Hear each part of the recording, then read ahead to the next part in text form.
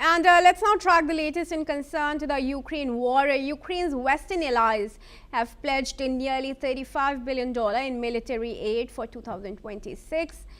As per British Defence Minister John Healey, he confirmed that at a NATO Defence Ministers Conference in Brussels. German Defence Minister Boris Pistorius announced that Germany is ready to provide 5 new PAC-3 interceptors for Ukraine's air defence, but only if other allies contribute at least 30 more interceptors. This marks a continued commitment from NATO countries to support Ukraine in its ongoing conflict with Russia. Let's first listen in to that statement. Together, I can confirm at today's UDCG, we pledged a total of $35 billion worth of new military aid for Ukraine. For our part, the UK is spending the highest level of support for military aid for Ukraine ever, and at this UDCG I announced a new £500 million package of urgent air defence support for Ukraine, President Zelensky's top priority. Ukraine needs, we heard it earlier, at least $60 billion from its supporters this year to defend itself. John, Michailo and I, together with NATO Secretary General Mark Rutte, have written a letter to our partners last week. We emphatically called upon all countries in the Ukraine contact group to provide additional support. We have seen the result at today's UDCG. John just highlighted it. 35 billion euros are the result. Let's now welcome Glenn Grant, ex-advisor to Defence Minister of Ukraine, also a geopolitical commentator in this discussion, and joins us from Latvia. Mr. Grant, thanks very much for joining me. Firstly, do these assurances from the Western European allies of Ukraine really boost the confidence of Zelensky and partners? That's a good question, especially the question of, who are you thinking are partners in this? I think that we're reaching the time where people are actually going to start asking Zelensky what he's actually trying to do internally to change the systems that he has, because they've given a lot of money, huge amounts, with more to come, but there is still urgent need of reform in the defence forces and in the air defence. And without that reform, then a lot of money is going to get not wasted necessarily, but not used anywhere near to full effectiveness. And people seem to be very shy. The politicians seem to be very shy about asking Ukraine to improve what it's doing. All right, and how do you view the fact that there still continue to be roadblocks as far as aid to Ukraine is concerned? There are already statements that are coming in that one partner would supply this much only if the other one makes up for the rest of the filling gaps. That is a really good question, because that's a bit worrying when people start to play that, I'll do my bit if you do your bit. All the partners have already pledged to, I think it was 66 billion, for this year. But I don't know whether that was apportioned already of who's going to pay how much. And it's quite clear that there are some countries that are actually putting more into this, more energy, more effort, and more hard cash than some of the others. This is where the EU needs to help, because Rutte is not going to do anything. He's too weak.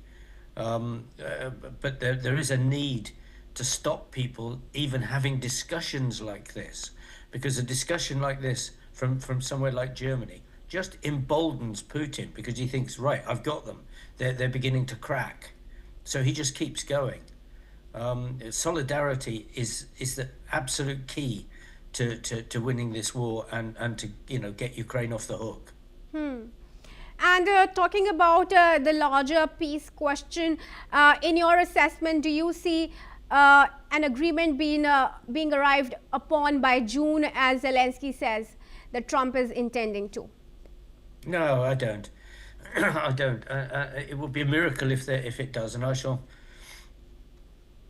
certainly, admit I was wrong if something like this does happen. But Russia is still showing no sign whatsoever of easing up on its war.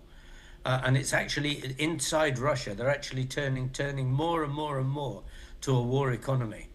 And if they're doing that, it just says that they're in this for the long haul.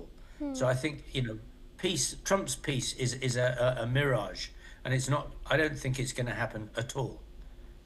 All right, Mr. Grant, we'd leave it at that. Thanks very much for your comments here at NewsX World. Moving ahead, viewers, let's also tell you that Ukrainian President Zelenskyy has condemned the disqualification of Ukrainian skeleton athlete from the Winter Olympics over his helmet, which displayed images of Ukrainian sportsmen and women killed since the Russian invasion in 2022. Zelenskyy described the ban as not about peace and praised Heraskevych's principled stance, awarding him the Order of Freedom.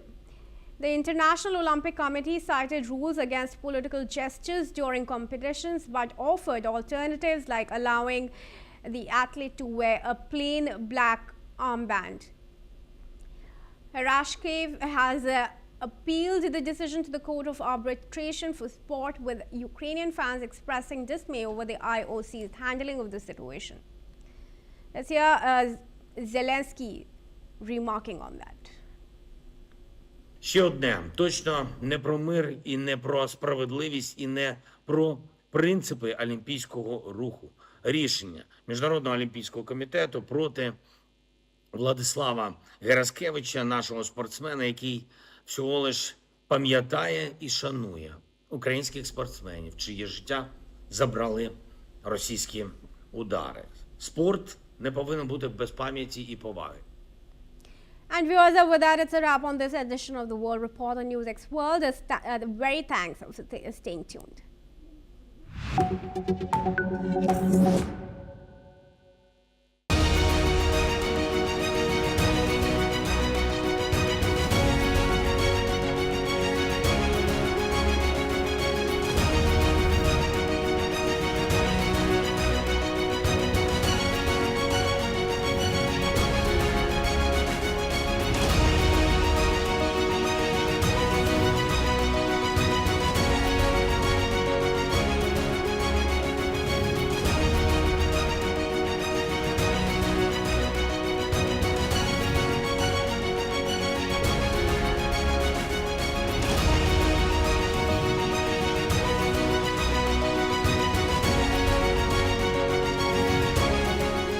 In the midst of death, life persists. In the midst of untruth, truth persists.